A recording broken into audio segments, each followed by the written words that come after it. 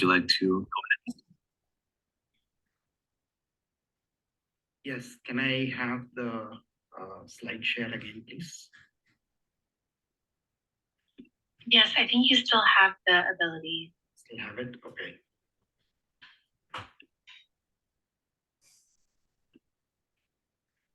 Okay.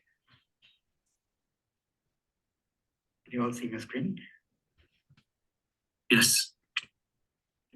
So why and how is the timeline that we defined earlier significant to practicing the faith or practicing Hinduism presently?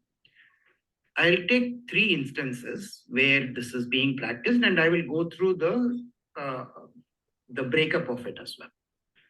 So, firstly, this is a living continuous tradition which is practiced in various religious activities at the individual level, at the community level in uh, the Hindu mandir or the Hindu temples, and even in community where I got a video of school children practicing that in their school, in their Gurukul school.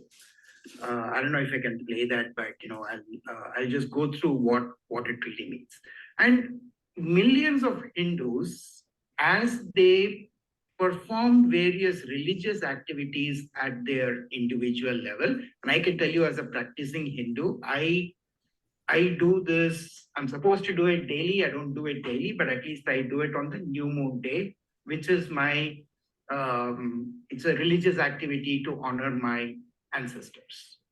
Okay, so I go three generations back. That is my dad, my grandfather, and my great grandfather, and I offer prayers to all of them every new moon day. I perform this. So we have, when we perform any religious activity, the first act within there is what we call as the sankalp. And what is the sankalp? Sankalp is nothing but me taking a resolve saying that I am doing this religious activity on this date at this place. And that's precisely, it's just codified in Sanskrit. So it's only a part I have taken from there. The first part of it is constant for the year, whereas the rest of it, which you see here, which are determined for my time zone, changes by the time zone and the location based on the sunrise and sunset time. Every day it changes. So let's look at what this actually contains. Dvitiya Parardhe, which means in the second half of Brahma's lifetime, Shweta Varaha Kalpe. Kalpa is the daytime of Brahma, which I had introduced to you as being 12 hours of Brahma, right? The daytime of Brahma, the present day of Brahma is called Shweta Varaha Kalpa. Okay, now the next day, when the current 4.32 billion years get over, when we come back into the next day, I'm just making up a name. I don't know the name, what's going to come. It may be, Krishna Varaha Kalpe. Okay, but the Kalpa word basically means the day of Brahma, this day of Brahma. Vaivasata Manvantare relates to the Manu, whose period that we are currently living in. I showed you the chart here with the 14 Manu. So here you see Vaivasata Manu is coming here, the seventh one. And then Kali Yuga, which means we are here in the Kali Yuga.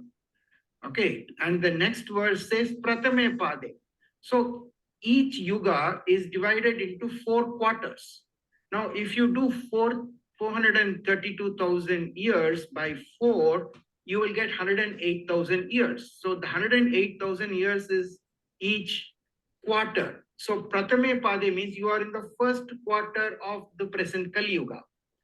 And then rest is the location where I'm doing. Jambu Dvipa is the Dvipa. Dvipa is island. So we all know there are 7 islands on Earth. And within there, Bharatavarsha is like the country of Bharat. And Bharata Kande is the location, the continent, or what you call. So Bharatavarshe, Bharatakande, Dakshine Parshve. So Dakshina, Meru is supposed to be a mythical mountain which is taller than the Himalayas, which is located in India. To the south of that mountain, I am sitting here and doing this. Okay, and then when it comes to the daytime, the day when you are doing this, Krodhi is the name of the year. The current year is called Krodhi. We have a 60-year cycle of years. The year starts on April 14th and ends, again April 13th. So Krodhi is the present year that we are in. Dakshinayane is the second half of the year. The first one is called the Uttarayan, when the sun is supposed to be in the northern hemispherical movement, and Dakshinayane is the southern hemispherical movement of the sun. And then Varsha Ritau is the rainy season. Okay, in the rainy season, there are total 6 seasons as identified in the Hindu calendar. Simha Mase is which month we are doing this. Simha Masa is when the sun is in the in Leo. It's called Simha Masa. Okay. Then Krishna Paksha is like every 15 days. So there is the waxing and the waning phase of the moon. So Krishna Paksha is the waning phase of the moon. And the 6th day of the waning phase of the moon, that is what today is. Then Sthiravasaram is the Saturday, okay, on Saturday in the nakshatra of Ashwini. So Ashwini nakshatra is where the moon is presently located in the constellations. Okay, so this is the overall breakdown. So literally people just go through this, chanting this in Sanskrit without understanding the meaning, but this is what it really means. I am here starting from Brahma's second half of his lifetime, all the way down to today's day and nakshatra, or where the moon is located, to where the sun is located. Everything comes in this, and this is being chanted in every temple, Hindu temple, every day before the deity. As soon as the temple opens, when they open, when they wake up the deity from sleep, they chant this, telling this is today's date. So this is a living tradition that goes beyond all these, the time when, these lokas get recycled and they come back after, they take rest for 4.32 billion years, and they come back after another 4.32 billion years. But by that time, what happens? I told you, the rishis or the sages that have gone to the Tapoloka, they come back to earth, and they teach the people, this is what is now the Sankalpam. This is what you have to chant here when you are chanting the Sankalpam. So it's a continuous tradition. It goes through the entire life of Brahma and then comes back with the next Brahma when he is given the Vedas.